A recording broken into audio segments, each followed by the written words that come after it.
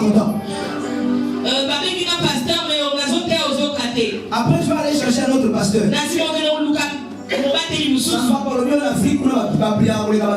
Afrique, il prie mieux que les gens d'Europe. Je vais aller chercher là-bas. Alléluia. Amen. Laisse-moi te dire. La prière que tu vois dans l'Afrique est plus grande que celle en Europe. Suis-nous dans le pain du soir et tu vas comprendre. Tu vas sentir que la prière en Europe aussi est perçue. Tu vas entendre que la locomotive lorsqu'elle est en pleine. Est-ce qu'il y a quelqu'un qui peut dire amen? Et je suis arrivé à la fin de ma prédication. Nous voyons de quelle manière David a agi par rapport à la responsabilité qui lui a été léguée. Une fois de plus, tout le monde dit que les amis, moi, je vais accéder dans le ministère où le papa a fait les Nous voyons encore que c'est un enfant qui accède dans le ministère dont son père lui a ouvert la porte.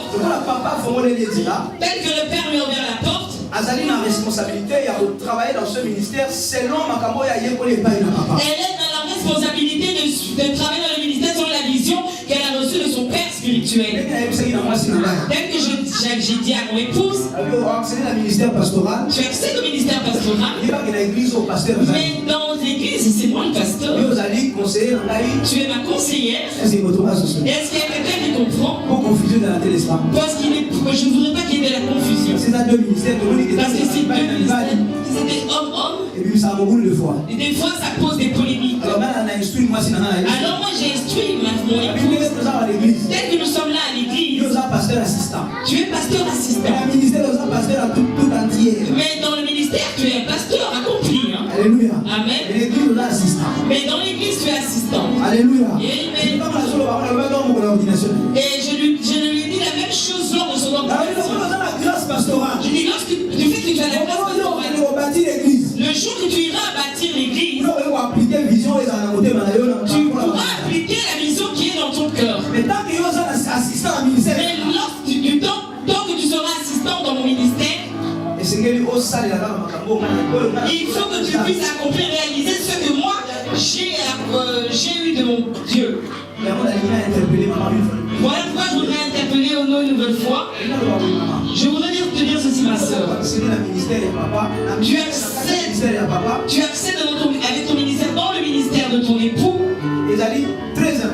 Il est très important que tu comprennes de quelle manière il parle, de quel il fait, de quelle manière il règle les conflits, merci. De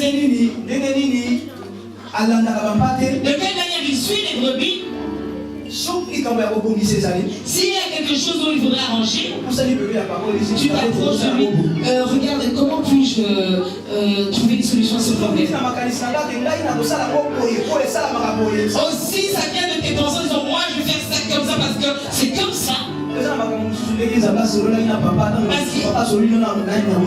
qu'il y a certaines choses que Dieu parle avec la peuple, mais peut-être qu'il ne t'en a pas encore parlé. Alléluia. Amen. Parce qu'il y a certains secrets du ministère qui doivent rester dans le cœur. Alléluia. Amen. Voilà, maintenant je m'arrête par ici, dans le nom de Jésus-Christ. Je bénis toutes les personnes qui nous ont entendus ce soir. Que Dieu vous bénisse puissamment. Dans le nom de Jésus.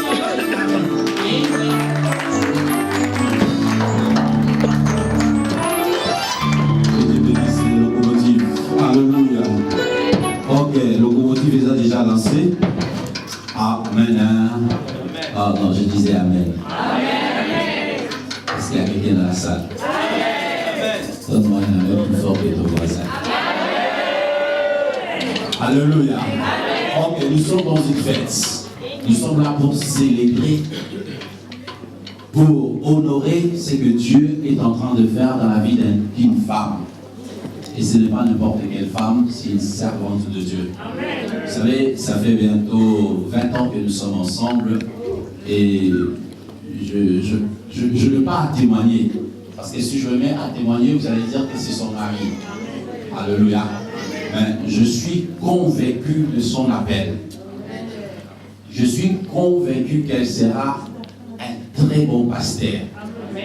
Et vous savez, Dieu est en train de nous amener dans une dimension où, pendant que je parlais avec Dieu, Dieu m'a convaincu que je dois faire ce que je suis en train de faire aujourd'hui.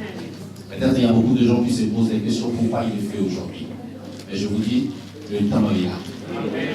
Peut-être maintenant vous ne le comprenez pas dans 5 mois, dans 6 mois, dans une année. Vous allez dire que cet homme-là avait entendu Dieu parler. Alléluia. Bien aimé, je ne veux pas peur et de ministre de Dieu s'élève dans cette église. Même si Dieu me dit, il y a telle fille qui doit devenir apôtre, là, on consacré apôtre. J'ai dit à ma femme, je vais reconnaître ton ministère. Et si tu crois que tu peux mettre l'Ibaya à côté, ça l'Ibaya à bébé, le problème est à dire. Parce qu'il y a des gens, parfois, ils ont peur de reconnaître la grâce qui est dans la vie des autres, en disant que si aujourd'hui, je l'établis pasteur, alléluia. Je suis sûr que la grâce faisant la grâce de Dieu. Est-ce qu'il y a quelqu'un qui me comprend? Donc, nous devons reconnaître la grâce des autres. Si tu vois ta femme a quelque chose de Dieu, il faut la reconnaître. Si tu vois un enfant que Dieu a établi dans ton église, que Dieu te pousse à reconnaître l'onction, la grâce qui est dans la vie de cet enfant-là, il faut le pousser. Vous savez, quand un enfant rentre à l'école, il ne peut pas demeurer année après année en première. Il faut qu'à un moment ou l'autre, elle accède à un autre niveau. Amen. Alléluia. Et nous sommes là pour aider les gens. La Bible nous dit, Dieu nous a établis pour le perfectionnement des saints en vue de l'œuvre du ministère. Nous sommes là pour préparer les gens au ministère. Alléluia. Tous ne seront pas pasteurs. Il y a des autres qui seront des diacres. Il y a des autres qui seront des anciens.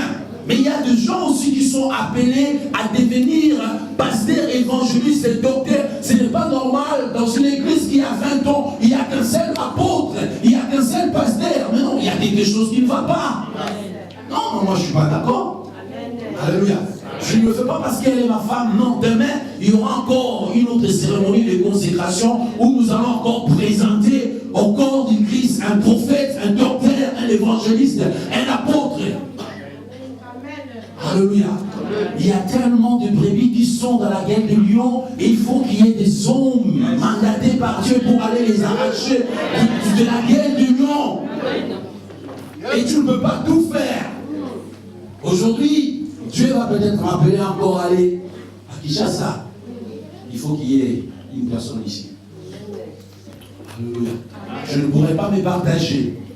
Je sais ce qui est en moi. Je sens c'est que lui qui est en train de couler dans ma vie, je sais là où tu es en train de m'amener. Alléluia.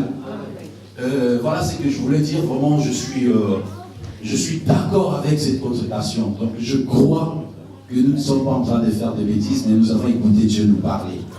Que Dieu soit loué. Alléluia. Je bénis encore les hommes de Dieu. Je dis encore merci pour votre présence. Il y a des aînés ici dans la foi que j'aimerais vraiment honorer. Avant que je puisse passer dans la consécration proprement dite, je dis merci au pasteur Fernand ainsi que sa femme, maman Sylviane, qui vient de la France. Elles sont venues exactement pour cette cérémonie. Est-ce que tout le monde a mis le Seigneur pour... Est-ce que tout le monde remarque avec le Seigneur? C'est un honneur pour nous, homme de Dieu, que Dieu vous bénisse. Alléluia. Ça, c'est votre église. Que Dieu vous bénisse. Amen. Je salue encore en passant l'homme de Dieu, le pasteur Armand, ainsi que sa femme, maman Esther. Est-ce que nous pouvons acclamer le Seigneur pour elle? Je aussi viens de la France, l'église, le nom de Dieu à Paris. Je salue encore les hommes de Dieu qui viennent d'arriver. Je vois derrière mon ami l'apôtre Béni Timothée, que je demande à ce que nous puissions acclamer. Derrière, je vois l'évêque Gabriel, un grand frère aussi, un aîné, quelqu'un qui m'apporte beaucoup de conseils.